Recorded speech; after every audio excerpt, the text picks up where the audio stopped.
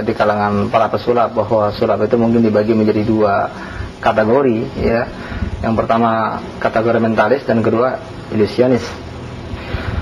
Masing-masing dari kategori ini ya ini perlu dikaji secara terpisah, ya.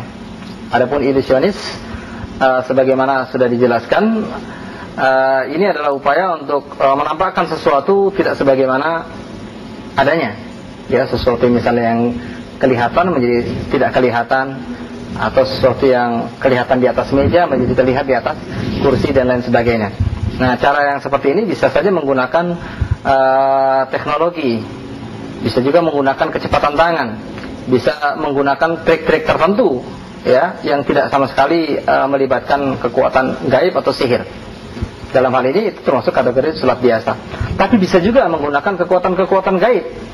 Karena sebagaimana sudah ditandaskan bahwasannya hakikat daripada sihir adalah semacam itu.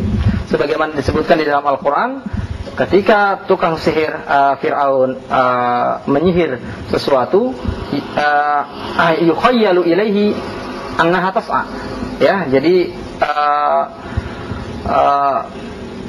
tali-tali yang dilemparkan oleh tukang sihir Fir'aun itu di hadapan Musa itu terlihat seperti bergerak-gerak, ya, terlihat seperti ular yang bergerak-gerak. Ini adalah salah satu bentuk sihir. Maka sekali lagi, sulap dalam kategori ini bisa melibatkan ilmu sihir dan bisa juga dengan menggunakan berbagai macam trik yang dikenal di kalangan para pesulap. Adapun mentalis ini mungkin sebuah pertunjukan sulap yang intinya adalah memainkan perasaan atau pikiran seseorang.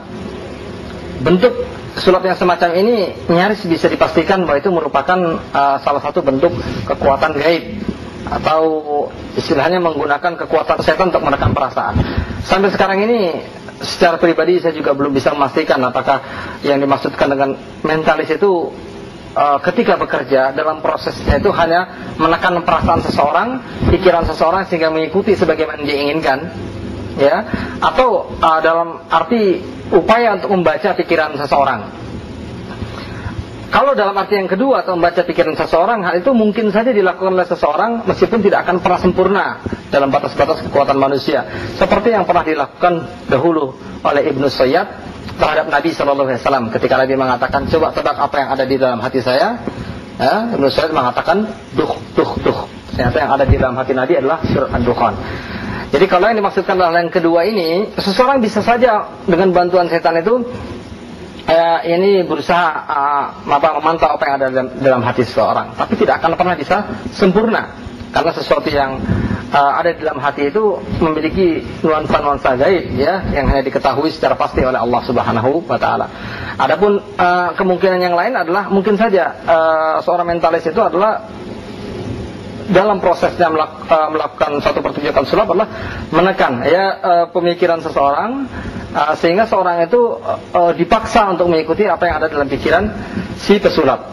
Misalnya si pesulap mengatakan, silakan pikirkan sesuatu, pada dasarnya si pesulap menekan seseorang itu untuk memikirkan apa yang ada di dalam pikirannya. Nah, ini juga salah satu di antara bentuk upaya yang tidak bisa dilakukan secara fisik.